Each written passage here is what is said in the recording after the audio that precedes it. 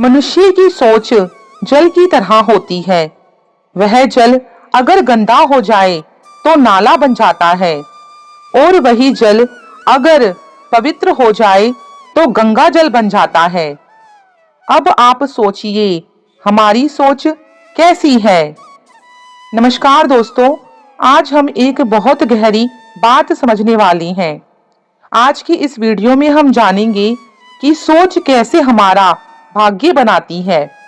दृष्टि और दृष्टिकोण में क्या अंतर है, क्यों कुछ लोग साधारण होकर भी असाधारण प्रभाव रखते हैं और क्यों ईश्वर ने जीवन में दुख और सुख दोनों दिए हैं। तो अंत तक जरूर बने रहिए, क्योंकि आज का यह संदेश आपके जीवन की दिशा बदल सकता है। श्री कृष्ण कहते हैं, व्यक्ति की सोच जल के समान होती है।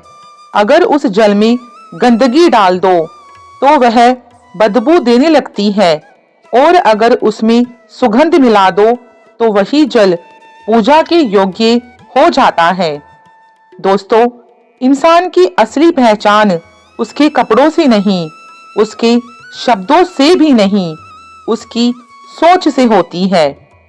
जिसके भीतर कड़वाहट है उसे हर जगह दुश्मन दिखते हैं और जिसके भीतर प्रेम है उसे हर जगह अवसर दिखते हैं। देश में राजा, समाज में गुरु, परिवार में पिता और घर में स्त्री, ये सभी साधारण नहीं होते, क्योंकि निर्माण भी इनके हाथ में है और प्रलय भी इन्हीं के हाथ में है। एक पिता अगर दृढ़ हो जाए तो पीढ़ियां संवर जाती हैं। एक गुरु अगर भटक जाए तो समाज दिशा खो देता है। एक स्त्री अगर टूट जाए तो घर की नींव हिल जाती है। इसलिए ईश्वर ने इन भूमिकाओं को शक्ति दी है और साथ ही जिम्मेदारी भी दी है। चलिए अब एक छोटी सी कथा सुनिए। एक बार किसी ने एक संत से पूछा, हे महात्मन, चंद्रमा में कलंक क्यों है और दीपक के नीचे अंधेरा क्यों होता है?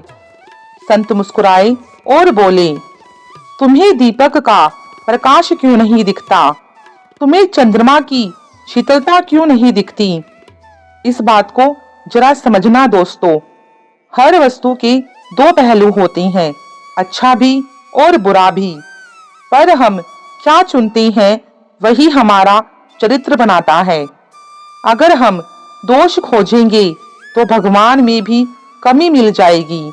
अगर हम अच्छाई खोजेंगे तो साधारण इंसान में भी ईश्वर दिख जाएगा। इसलिए दोस्तों, हमेशा अपनी सोच पर ही काम करो, दूसरों की सोच को मत समझो, क्योंकि अपनी परछाई पाने के लिए धूप में खड़ा होना पड़ता है। दूसरों की छांव में रहकर हम अपनी परछाई खो देते हैं। जब तक हम दूसरों की सोच पर जीते हैं, हम खुद को खो देते हैं। याद रखना, अपनी पहचान बनाने के लिए कभी कभी अकेली धूप में खड़ा होना पड़ता है, थोड़ा तपना पड़ता है, थोड़ा सहना पड़ता है, लेकिन वही तपस्या जीवन को चमका देती है।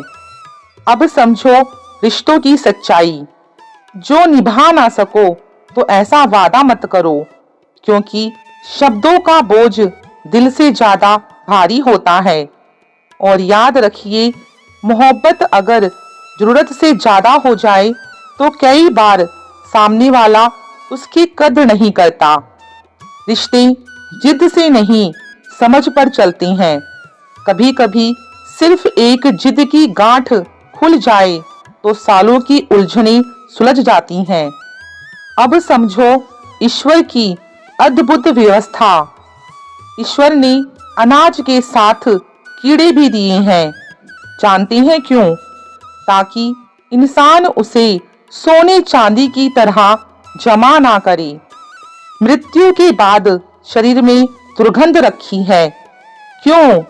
ताकि मोह में बंधा मन प्रकृति के नियम को स्वीकार करे। जीवन में कष्ट दिए हैं और साथ में रोना भी सिखाया है और समय के साथ भूलना भी सिखाया है, क्योंकि अगर दुख ही स्थायी होता तो जीवन अंधकार बन जाता। ईश्वर हर चीज में संतुलन रखते हैं, बस हमें उस संतुलन को समझना होता है। जिस दिल में नफरत है वहां भगवान नहीं बसते। अच्छे विचार मेहमानों की तरह होते हैं, उन्हें बुलाना पड़ता है, ध्यान करना पड़ता है, सत्संग सुनना पड़ता है। लेकिन बुरे विचार वे बिना बुलाए चले आती हैं, इसलिए मन की चौकीदारी जरूरी है। अपने मन को संभाल कर रखो। और अंत में श्री कृष्ण की ओर से एक प्यारी सी सीख हमेशा याद रखो। तुम जैसा सोचते हो वैसा ही संसार तुम्हें दिखाई देता है। अपने मन को निर्मल रखो, दृष्टिकोण को सकारात्मक रखो और मंशा को पवित्र रखो। फिर देखना तुम्हारा जीवन स्वयं गंगा जल बन जाएगा। तो मेरे प्यारे दोस्तों, अगर आज का यह संदेश आपके दिल को छू गया हो तो कमेंट में जरूर लिखिए जय श्री राधे कृष्ण। आपका एक जय श्री कृष्ण इस संदेश को और लोगों तक पहुंचाने की शक्ति देता है। वीडियो को लाइक और शेयर जरूर करें ताकि श्री कृष्ण की भक्ति का यह प्रकाश हर दिल तक पहुंच सके। जय श्री राधे कृष्णा। सभी को राधे राधे।